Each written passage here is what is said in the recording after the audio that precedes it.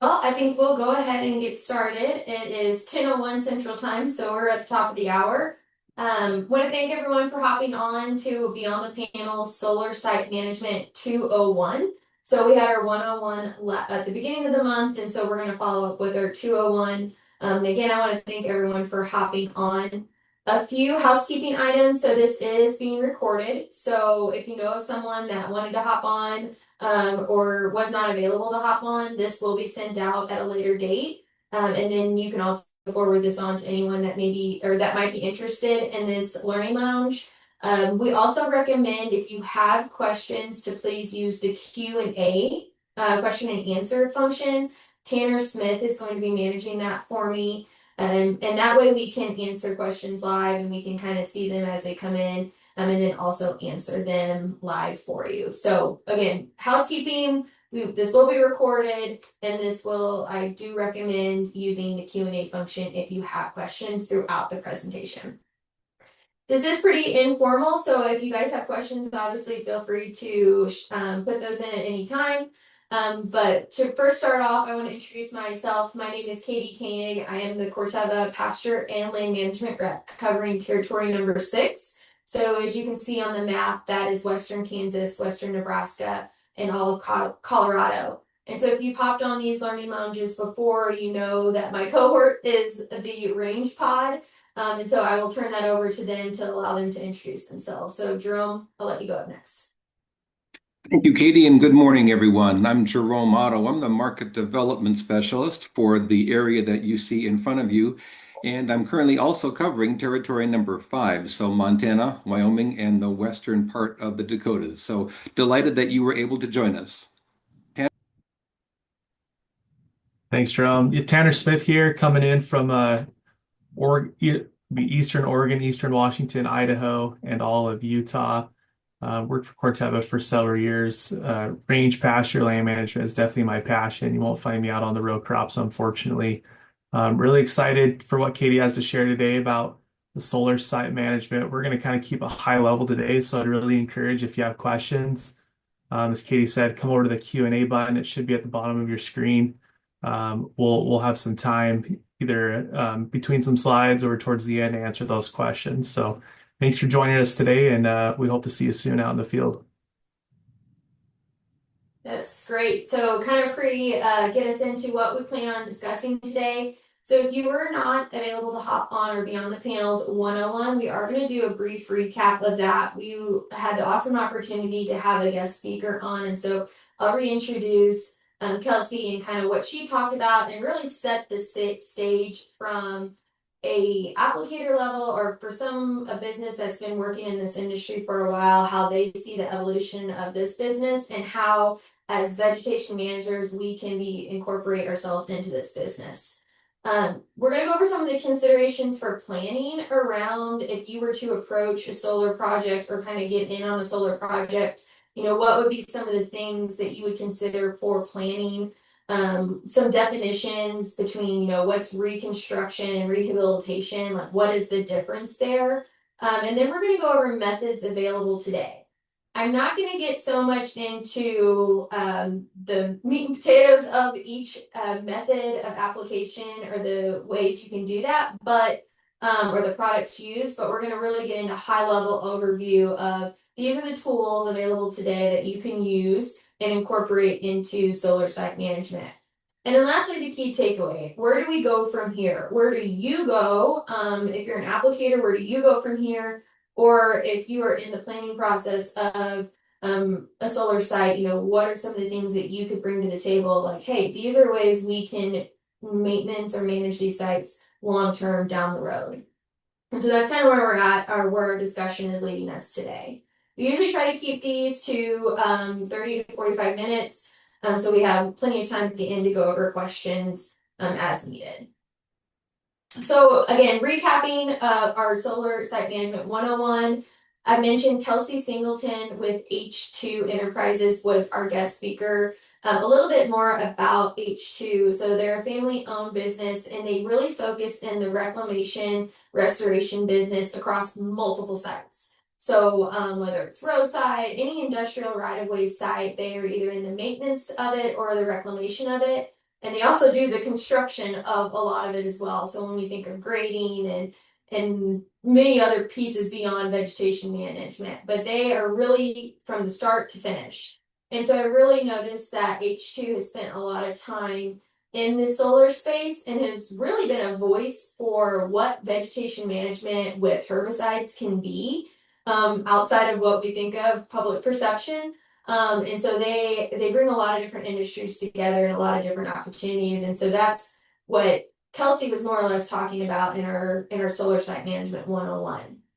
And so she really addressed that there are three main phases when we think of a solar project, which probably are common sense phases, but it's your pre-construction, your engineering, procurement, construction, and then your operation and maintenance. And that's really the space that we're going to want to play in, is that operation and maintenance. But to really set the stage of what you want a site to be, regardless of if it's solar, pipeline, any reclamation or restoration site, you really want to be at the start of it, because setting the stage early on may help you in that maintenance long term. And we're going to go over some instances of why that would be used.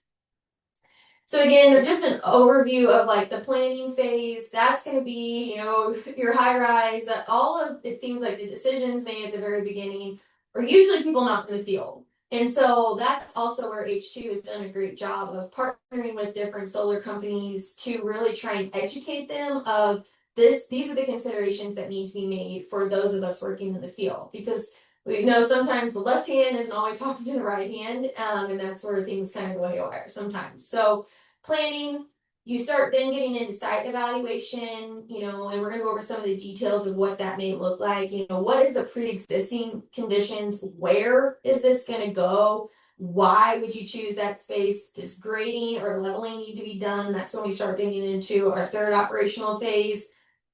Pre-acclimation, so that is, does it need to be reseeded before you actually start the construction phase? So I really want to highlight that again. Maybe reseeding or things in that pre-acclimation phase goes into before actual construction phase, where we're putting up beams, we're putting up the solar arrays. And then lastly, your operation 6, which is your reclamation and monitoring. So where do we go from here long term?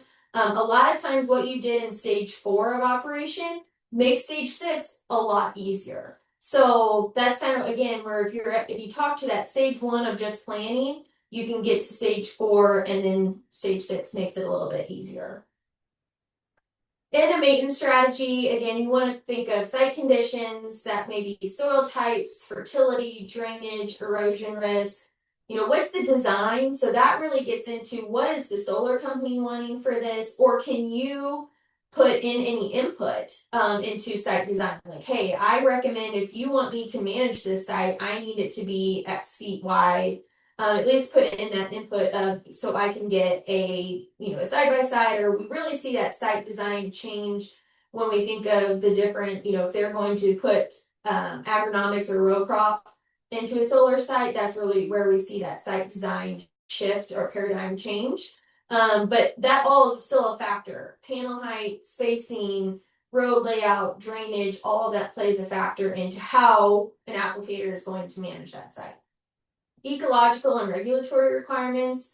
I'm going to spend quite a bit of time on this later, but habitat creation, biodiversity, stormwater compliance, how can we utilize the solar site to the best of its ability?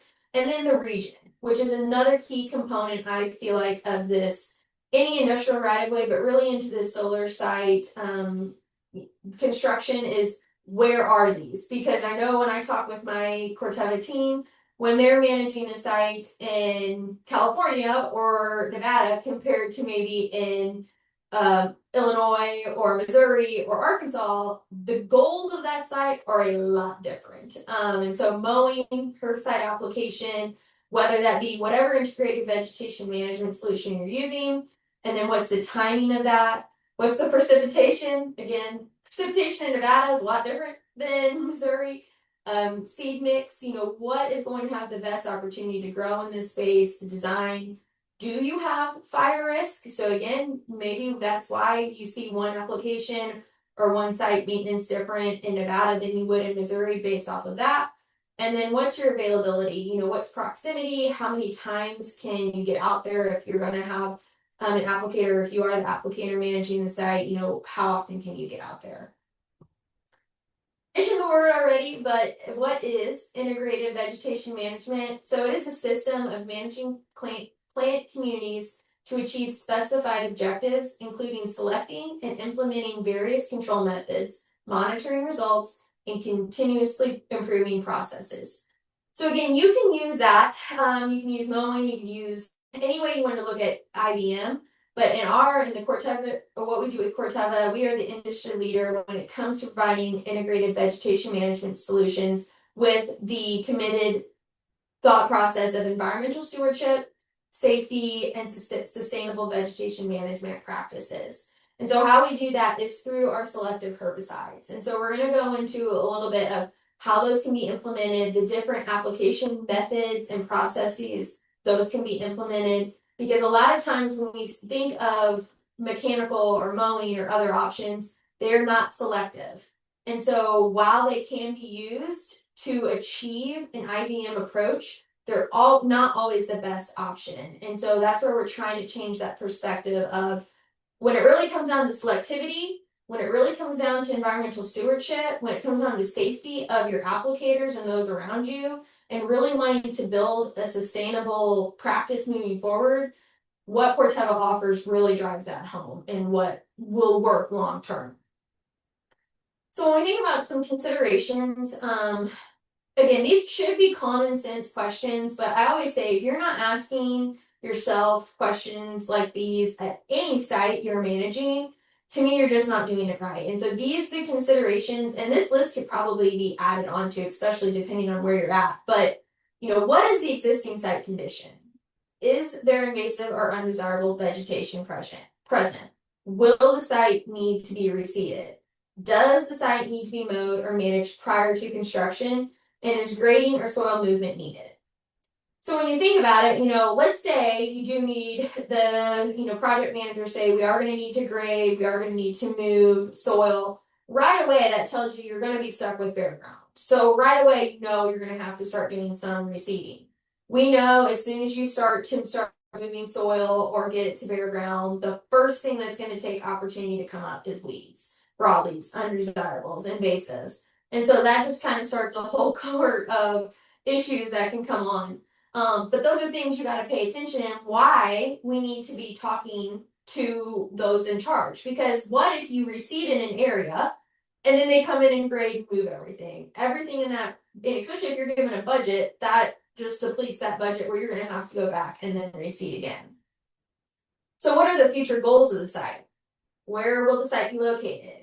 What do you want to grow there? Are you trying to establish a pollinator habitat? Do you want nothing to grow there because there may be a fire risk or in proximity to what you're managing? Will growth habits of future vegetation interfere with solar infrastructure? I can't stress this enough because I know just personal experience, there's a site being put in here in southern Kansas. And if you think about the native species to central southern Kansas, you see a lot of Bermuda grass, a lot of buffalo grass. And if you're not familiar with those grass types, they're very short and they do not get very tall. And so perfect, you would think, for solar panels. But in that instance, they brought in and decided to reseed in mixes that grow up into the panels. And so again, if maybe they had talked or worked with a local rancher, local anyone, to understand that the native species there would not require any maintenance moving forward besides maybe managing invasive or undesirable vegetation, there would not need to be any mowing or anything other maintenance needed long term besides what they decided to reseed in. What are your options for managing vegetation? Again, that's where we're going to kind of get into that here a little bit, queuing that up. And will there be grazing animals? Because we also see that a lot of times in these solar sites as well, is they elect to go with a grazing animal to manage the sites, especially in instances where they're trying to promote pollinator habitats. Other considerations, so I talked about, the definition of like what is reconstruction and what is rehabilitation. So going based off the definition of reconstruction, that is starting with bare soil. So if they decide to, put this solar site on a former crop field, you have to think you are starting with bare soil. If they have to do any dirt movement or grading or leveling, you are starting with bare soil, so that is considered reconstruction. And so again, what does that look like? Creating a habitat by planting the seed mix and relying on seed banks found in right-of-way corridors. So at that point, you are having to plant and reseed what you want to go there. When you're in a rehabilitation management plan, that is starting on land that already contains some remnant species. So maybe at that point, it is a rangeland or an area that they're just going in it's staying in its natural state. And then you are utilizing the existing plants and seed bank found within the right-of-way corridor to come back and rehabilitate that area. So it's not still an instance where you can walk away and just let nature do its thing. That's still where you will need to be there as an integrated vegetation management solution. You as the person yourself and manage, do we have kochia coming up? Do we have invasive weeds coming up that are going to weed out the native grasses or the desirable grasses or forage that we want there? Because still, even though you may have an existing site that's perfect and clean, as soon as you start compaction, driving over the site, moving, it is near impossible to not build these sites and still have some sort of disruption to the soil. And so while the native species there, that existing seed bank might still be there, it still is probably going to need help to get it back to where it's optimal, where we started. And so really just trying to drive home also that, even if you were starting from reconstruction, you were starting from bare minimum, the goal is always like, how can I keep this the low maintenance as possible? Low maintenance, less dollars, that's kind of what we think in our head, but it's still, you have to drive home, just because it's low maintenance does not equal no maintenance. So there needs to be a budget. There needs to be a management plan going forward, long-term, to help manage these sites, any really industrial sites when we think of reconstruction or rehabilitation. And so I really like this graphic that H2 has is, this is not a 1 year and done. So once, you have your construction phase, you start that reclamation phase, and then year one, your expectations need to change as you go through and really planning that out. What are the goals year one? What are the goals year two? Maybe your goals in year two didn't pan out, so you need to adjust your goals in year three, year four. But don't assume that this is, and again, trying to communicate that is that this is not a 1 year process. And it really also is not a one size fits all process as well. And so I found this picture online, and I'm just trying to detail out a general solar site. So again, these can be a much larger scale, but overall, when you think of a large scale solar operation, solar site, you're going to have a few key components. You're going to have obviously your solar panel arrays. That is either you could have an area where it's just solar panel arrays, or you could also have them tied into a substation. Regardless of the solar site, there is going to be a substation tied in because obviously the energy has to go somewhere. Usually on these as well, you're going to have your inverters. Those are usually on the sites near the solar panels. And then you're always obviously going to have an access road getting in and out, and you're usually always going to have a fence around the perimeter of all of the sites. So maybe if you just have a sub that's a couple miles away from a certain solar panel array, you're usually going to have a fence or a perimeter fence around each of those, and then you're going to have access roads to get to all of them. So again, I found this picture, which I think outlines the key components that makes up a solar site. They may not all be in one area, but if you're going to have a large scale solar operation or solar site management, you're going to have all of these. And so do you treat all of these equally? Probably not. And the answer is no, because maybe you want underneath the solar panels, maybe you do want grass, you want to promote grass release. On a substation, we're going to treat those the same as we do any other electrical substation or utility substation. We're going to want bare ground there. Maybe on your access road, you're going to want bare ground, but maybe around your perimeter fence, you want to promote a buffer of grass. but then necessarily right on the perimeter fence, you're going to want a strip of bare ground. So again, the sites may vary, your application methods may vary, and the goals of each component of what makes a solar field is going to vary. And so that's kind of where we're going to get into what are your options. So I threw out quite a few different terms: bare ground, total vegetation management control. So that's what we're going to go into. And I'm going to show you, I hope you guys see in these pictures, there's such a wide variety, again, of like, what are the goals of the sites and maybe what is the thought process behind the sites. So the picture on the left came from Tanner Smith. So I believe this was in Utah. And so you can see where he took the picture, you're seeing the substation, again, bare ground. And then you can see you're probably more in a rural setting or you're outside of necessarily public or where there's a lot of traffic or heavy traffic from people. You maybe can see they're trying maybe to promote grass under the panels, but again, we're in a very obviously arid climate in this left picture. So the varies have changed, or the goals have changed. The picture on the right is from Jerome Otto out of Scotts Bluff.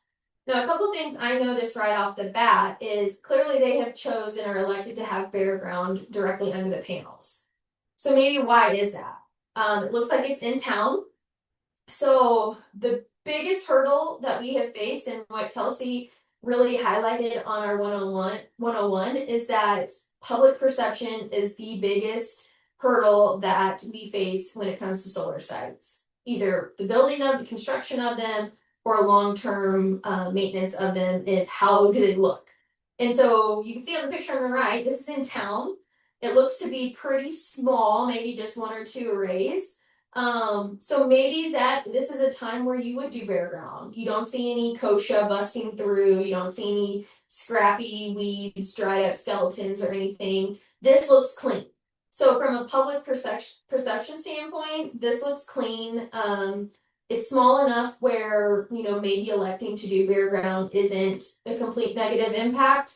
But I do think as we move forward, when we think of solar sites, we need to be thinking of that grass release or thinking of those pollinator habitats to keep that green energy feel. But again, what are the considerations? Those are the things that pop into my mind of maybe why they went bare ground on the right picture and maybe why they're trying to promote grass release on the picture on the left.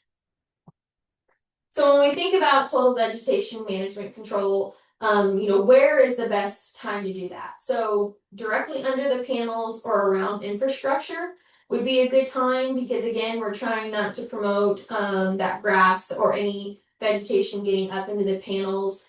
If someone needs to come in and do maintenance on a panel, we obviously want that site to be clean. It really comes back to the same reason why we want bare ground or TVC and other industrial right-of-way options. So around power substations or inverters, again, those are kind of like, oh duh, why we would want TVC there.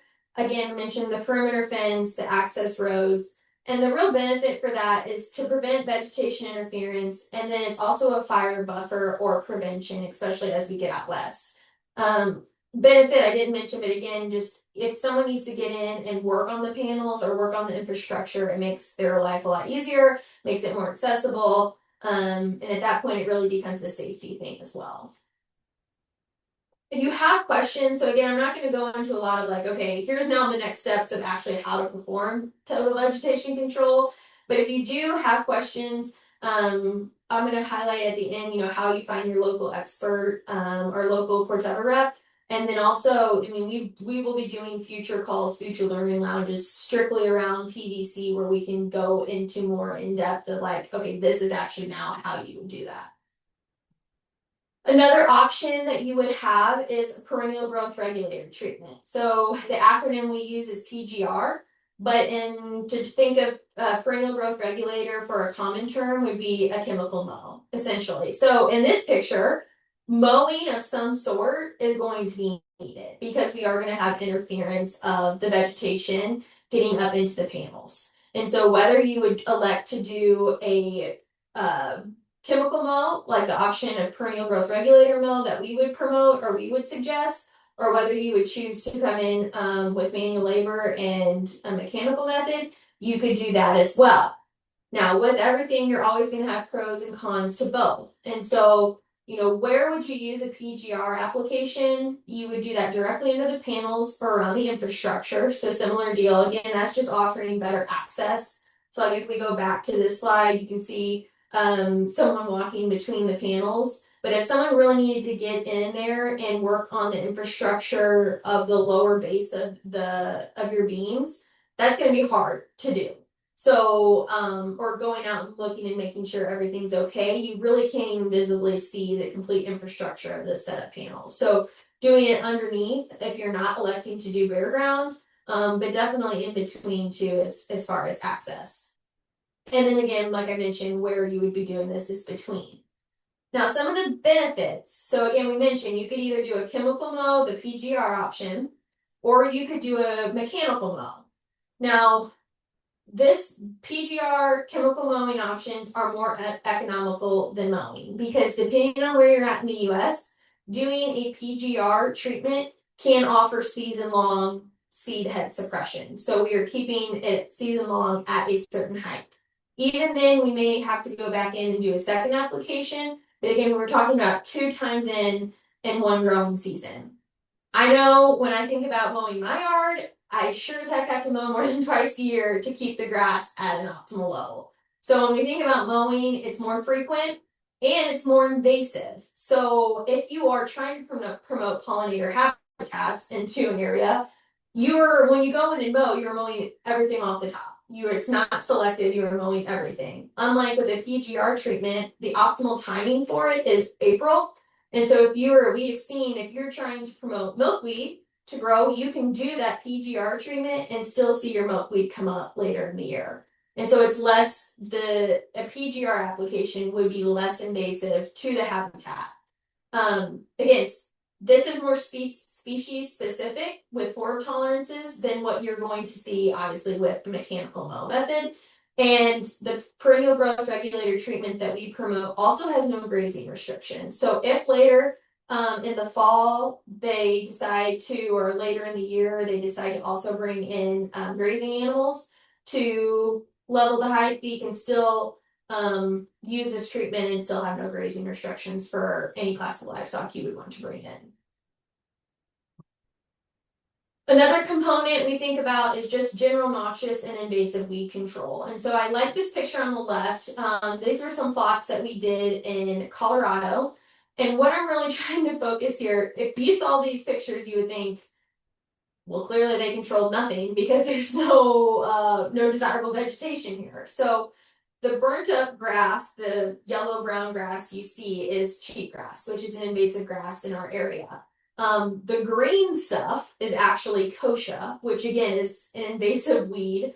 But really the goal of this plot was to control cheatgrass, which we did.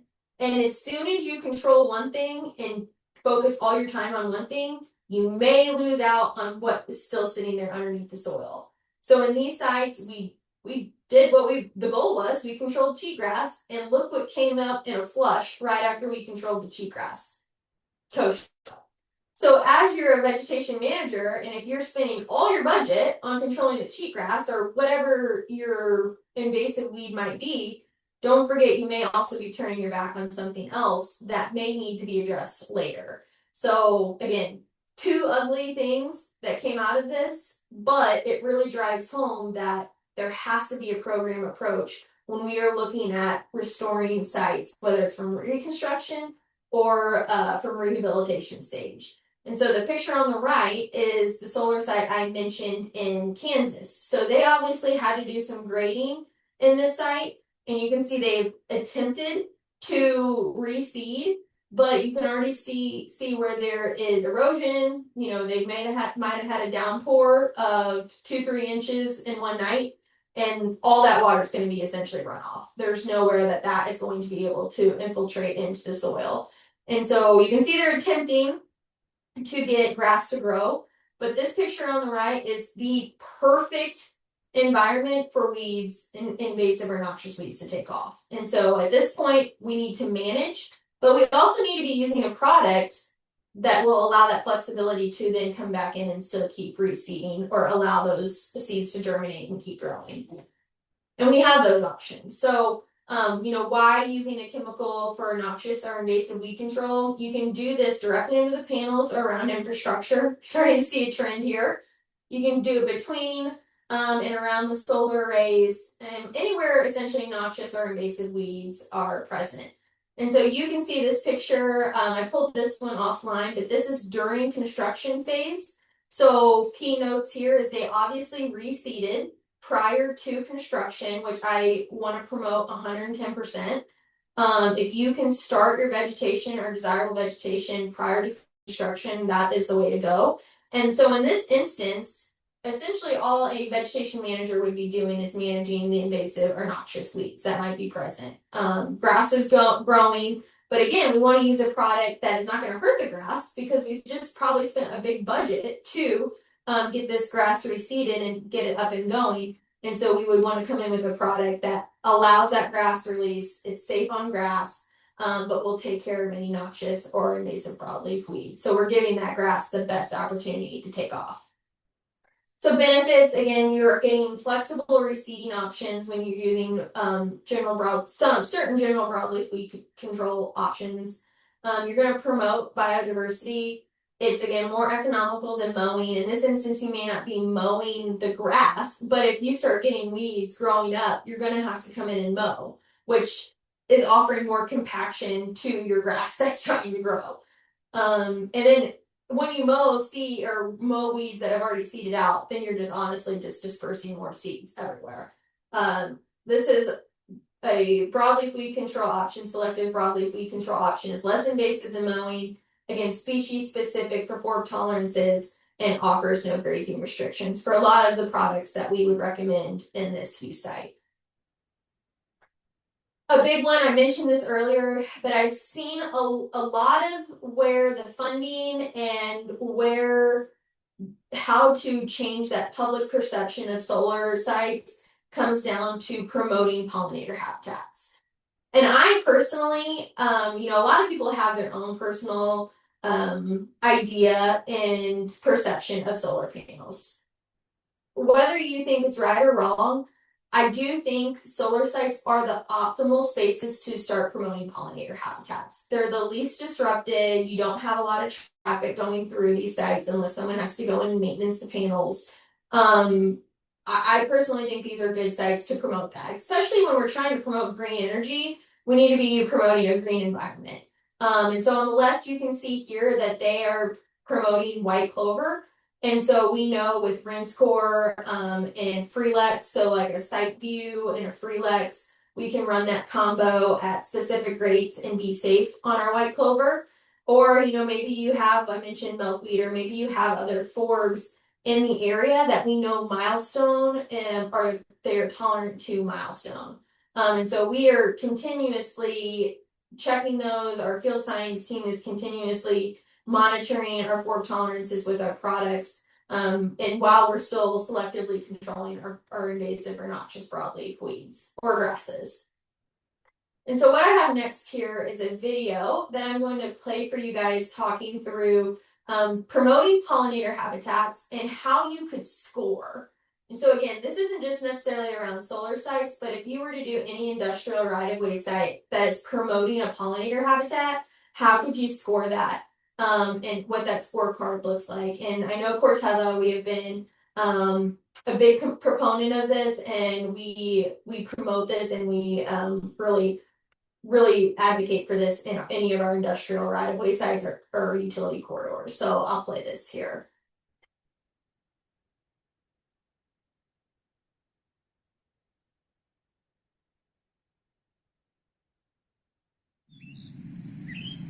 Insect pollinators are vital to our food production and a range of other products. They are also essential components of our habitats and ecosystems. Worldwide, there is an alarming decline in pollinator populations, largely due to the loss of habitat. Pollinator habitat contains native flowering plants, host plants, and nesting sites throughout the growing season. Not only is this habitat beneficial for bees, butterflies, and other pollinators, it's also mostly compatible with managing energy and transportation infrastructure, and likely already exist on the lands you manage. Do you know how much habitat you have on your rights of way? The Pollinator Scorecard is an industry-driven and informed tool created by the Rights of Ways Habitat Working Group with the help of a diverse group of experts, including ecologists, foresters, researchers, and sustainability professionals.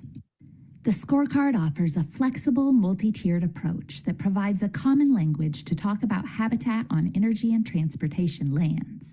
It establishes a consistent valuation method across right-of-way sectors that aligns with existing habitat assessments and supports shared reporting of habitat metrics across industries to facilitate learning and collaboration. The multi-tiered approach allows users of differing training and experience levels to evaluate pollinator habitat. Tier 1 can be completed by anyone with minimal training. In 5 minutes or less, this quick assessment serves as an indicator of the presence of pollinator habitat. With Tier 2, users are able to determine a basic habitat quality score. This assessment takes 10 minutes or less and asks users to identify the number of different plants in bloom and potential habitat resources. Tier 3 is intended for more advanced users. This assessment will take 15 to 20 minutes and provides a detailed habitat quality score. Users of this tier will need the ability to identify specific plant species, especially native nectar plants and invasive species.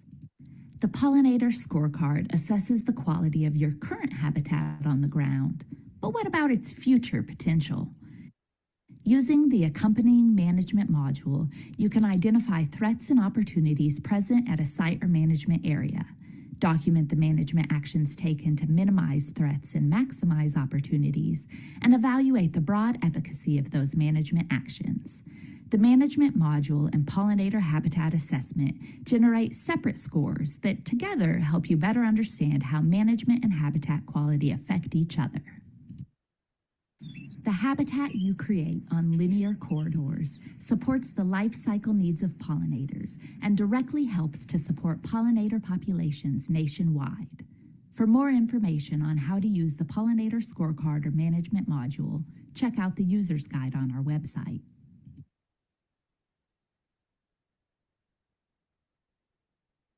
Yeah, so I found the video and I really liked it because it really drives home what we're trying to approach, or what our approach should be is long-term management. It's evaluating the site we're managing whether we're starting from reconstruction to long-term, evaluating the site, setting the goals of the site, and managing that site long-term. And so I've mentioned a lot of you can use this product, you can use this product. And so I've tried to put into one slide, what would be your site specific solutions. Again, this is more towards our range pod region. So like I said, I'm going to recommend you reach out to your local rep, your local Corteva vegetation management rep to get those local options. But when we think about managing bare ground in the Western US, these 3 products are our go-to. So again, this is non-selective. You're going to put this down pre-emergent. We usually recommend fall timing, but you're going to do some sort of combo of high noon, piperizine, and spike ADF. Again, we will have future learn lounges, or we have pre-recorded videos that we can share that really goes into the details more of what's that mixture look like, timing and all that good stuff. But when we think about our portfolio, these are the 3 products we would be promoting in the Western US for our non-selective TVC options. Again, I'm more of a proponent of, if we can, to promote grass release, promoting pollinator habitats. And so when we're trying to manage growth selectively, we can also use high noon at various rates. Vista XRT, a good post burn down product, but does not offer any residual, good reseeding flexibility, safe on newly seeded grasses.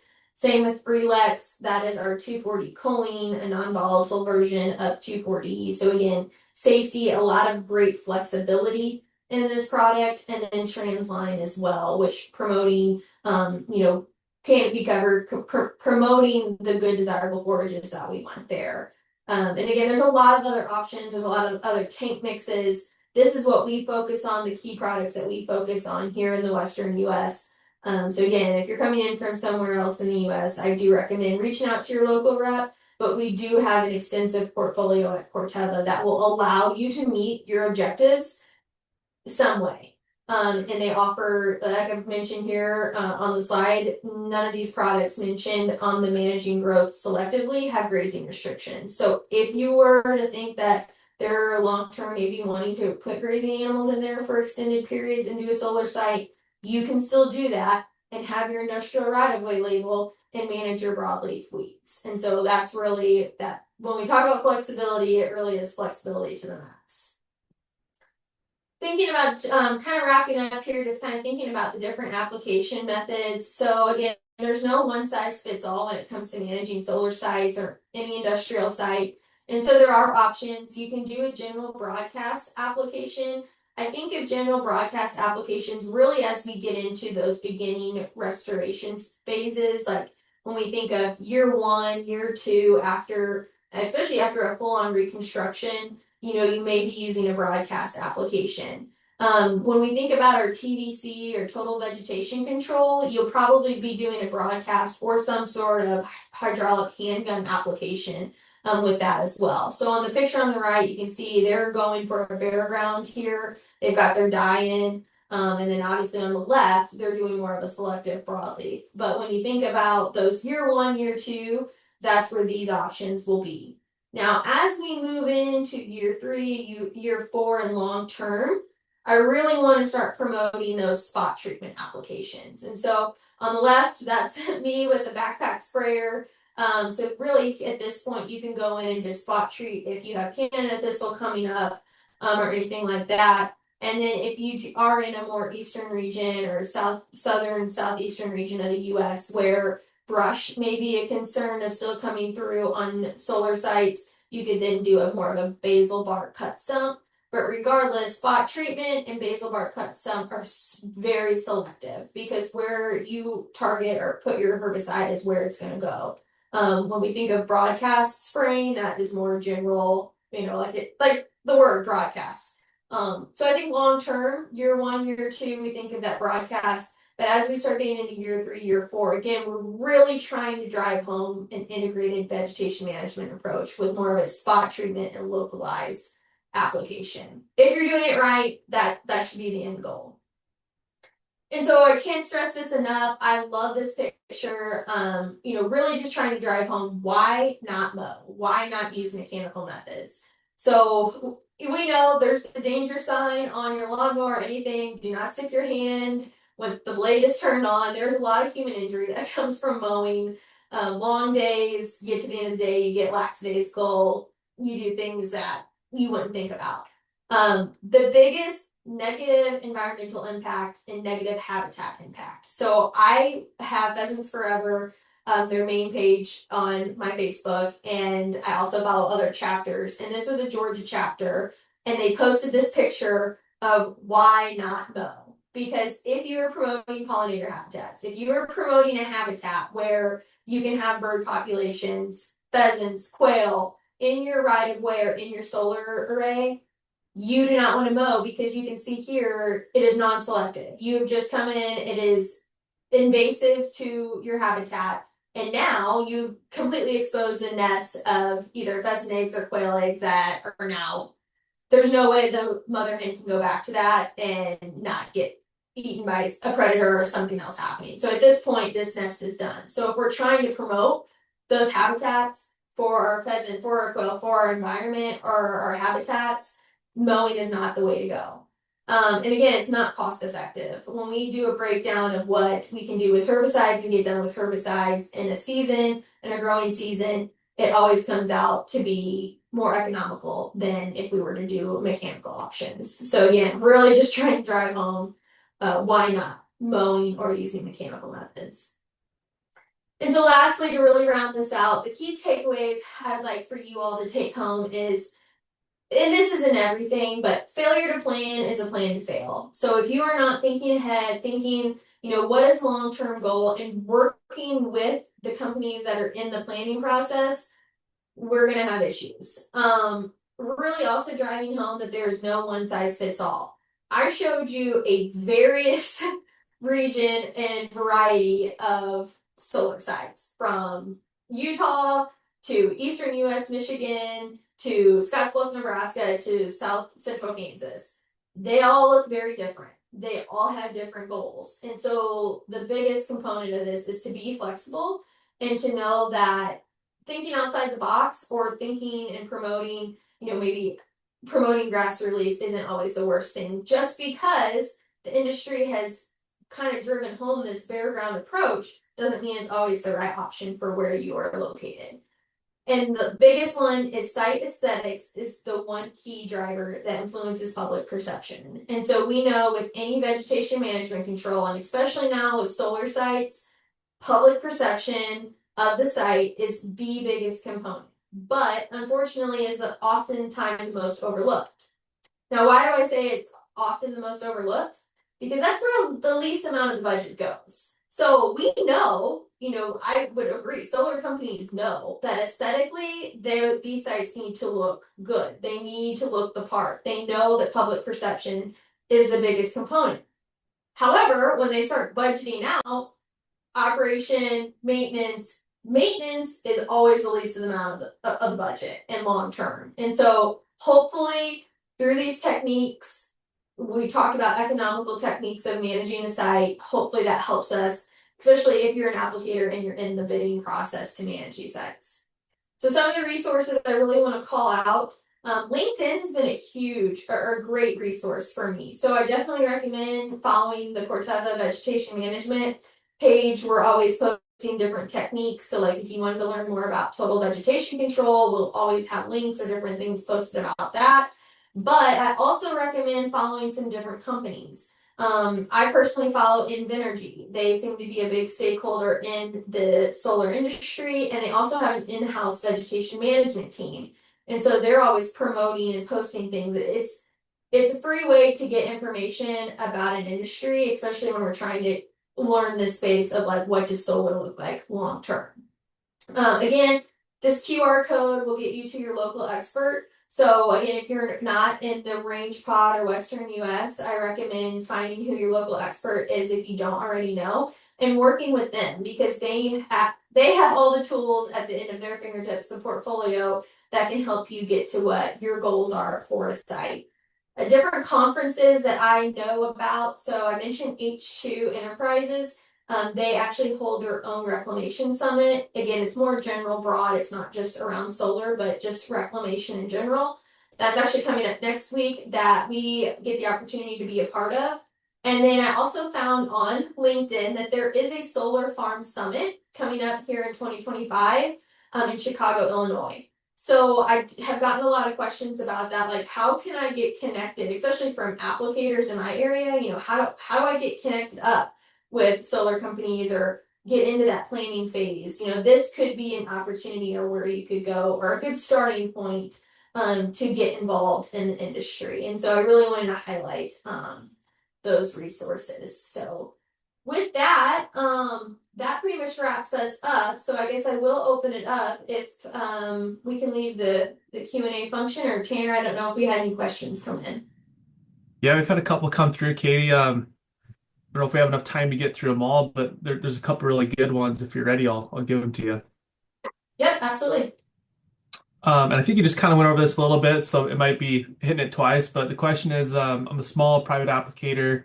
I see a lot of solar sites starting to pop up in and around my local area. What do you recommend for getting started with those sites? And I think specifically, like, providing some guidance on, how to get in contact with that vegetation manager and kind of what are the next best steps to kind of promote their services, I guess, for that site. Yeah, absolutely. So I wouldn't say I'm the expert at this, but what I've heard from, for instance, H2, I have gotten calls from other applicators. That's kind of how I found out about the Kansas solar farm that was going up. Is he's actually a local applicator.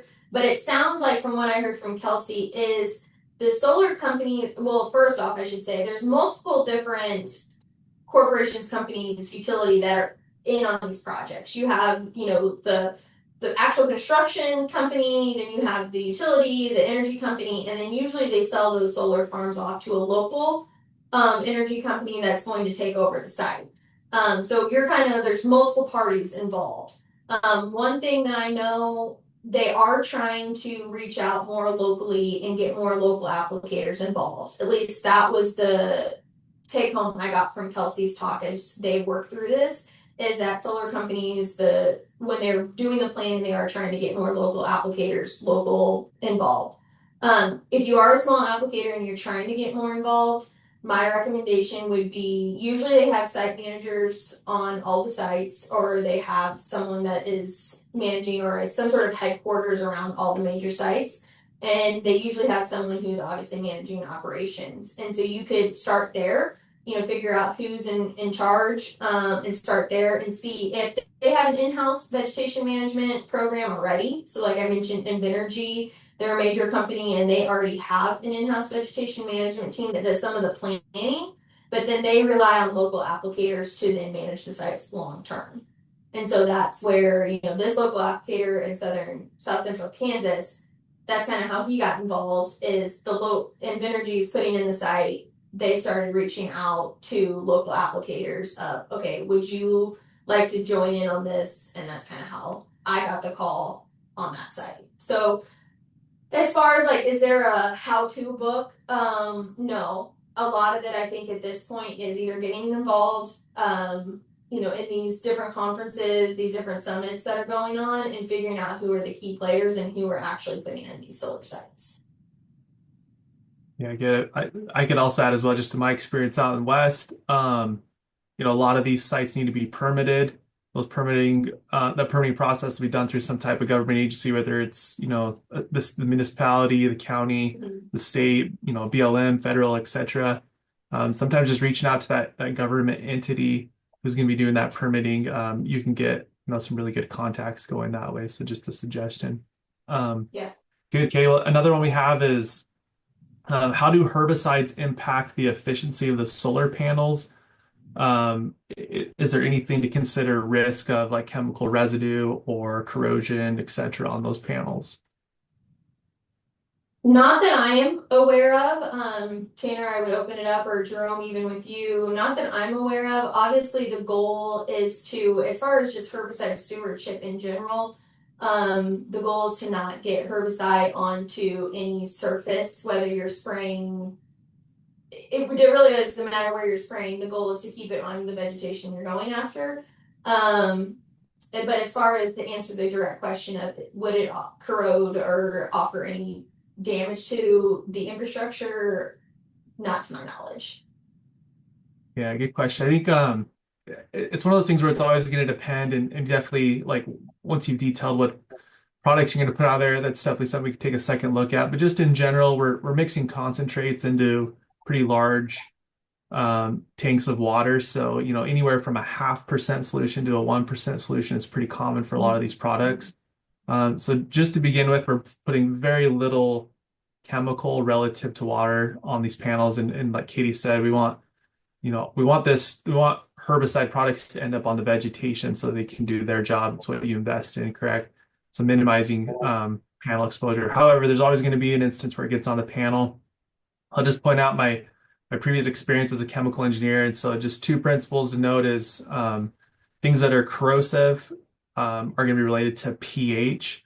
As far as the concentrate of the herbicide and many water sources, they're going to be very close to what we call neutral 7 pH. Plus or minus 1 pH isn't really going to be a big risk as far as corrosion. As soon as you start getting into more extreme pHs, and if you're using some water conditioners or a random water source that has a strong pH, that's actually going to be the stronger thing for corrosion. As far as oxidation goes, like on those metals, none of the herbicides we make are strong oxidizers. Maybe pay attention if you're using water conditioners; those can have some oxidizing effects. But in general, the herbicides that Corteva manufactures are not considered strong oxidizers. Yeah, that's a great call out there. Yes. Okay, might have time for one more, Katie. This question's around just resistant management on solar sites. If solar sites are something that requires, pretty repetitive vegetation management, applications, what's usually the best practices there for weed resistance management?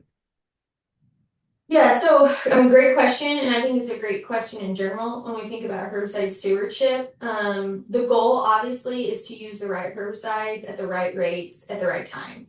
So if we do those three things, we usually can manage our invasive or broadleaves or the vegetation we're going after without any resistance issues. If you have a known resistance issue, then we'll need to, I would address that, especially if you were putting in a solar site into a row crop where maybe there is a known resistant species, and that's something we're going to need to evaluate. But again, in general herbicide stewardship, we want to make sure we're using the correct product, the correct time, at the correct rate, and that should be a good herbicide stewardship management of resistance. Yeah, I guess we have time for one more, and then we'll close it off here. But Katie's question is, does Corteva offer any additional training for herbicide applicators on solar sites? And maybe you could talk maybe a little bit about Veg Edge, not maybe specific to solar, but just, 101. Yeah, so this is our kind of first dip our toes in the water on solar site management, but kind of like what Tanner alluded to, we have our vegetation education online program where we have modules that you can go through that really go into, and I pulled a lot of that pollinator work that I talked through, and a lot of my education around pollinator habitats has been pulled from the vegetation education that we have training platform. And so we have that opportunity there. We can send out a link or a QR code to that site. You just have to build a login. It's free, there's no charge, and anyone can do that. So we can maybe send that out in this follow-up email. But I believe Jerome or Tanner, you might know the web address is at vegetationeducation.com. Yeah, if you want to go to just www.vegetationeducation.com, it'll take you to a landing page, and just follow the instructions there to get logged on and set up. It's free, and highly recommend using that for any seasonal hires or just getting some extra know-how for being an applicator. So definitely a good resource. And Yeah, Katie, I might throw out also, if folks want to go to the website you're seeing in the lower right-hand side there, vegetationmgmt.com, that is a great storehouse of information as well. Yes. Yeah, and this kind of wraps up our last learning lounge of the spring season. We will have some more coming up here later in the summer. And so that one's going to be a deep dive. It's going to be a two-part series as well. It'll be a part 101, and then we're going to do a 201 over total vegetation control. So if that's something you're interested in, we're going to talk through, when is heavy TVC needed versus sensitive site TVC. And so that's kind of queued up next. So again, we like to do these learning lounges. Hopefully you guys are getting some added value from them. And if you have recommendations or what you want to hear about, let us know, and we're more than happy to go over that. So again, thank you all for hopping on. I hope you guys enjoy the rest of your day, and we'll see you on the next one. Thanks, folks. Have a great rest of the week.